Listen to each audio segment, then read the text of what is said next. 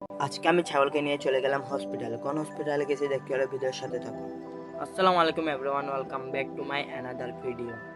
আশা করি আপনারা ভালো আছেন। ছাগলকে সিএনজিতে তুলে আমরা রওনা দিলাম মেডিকেলের উদ্দেশ্যে।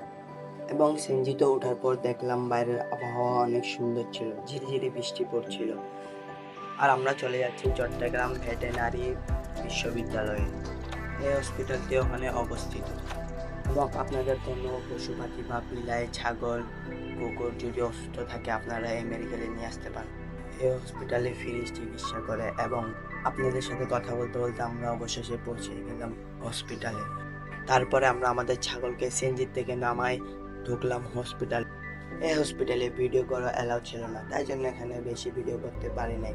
এবং ছাগলের চিকিৎসা করার পর ছাগলকে নিয়ে আমরা রওনা দিলাম বাসার উদ্দেশ্যে। এবং আপনাদেরকে ভিডিও ভালো লাগলে ফলো অ্যান্ড সাবস্ক্রাইব করে দিয়ে দেখা হচ্ছে অন্য কোনো ব্লগে। ধন্যবাদ।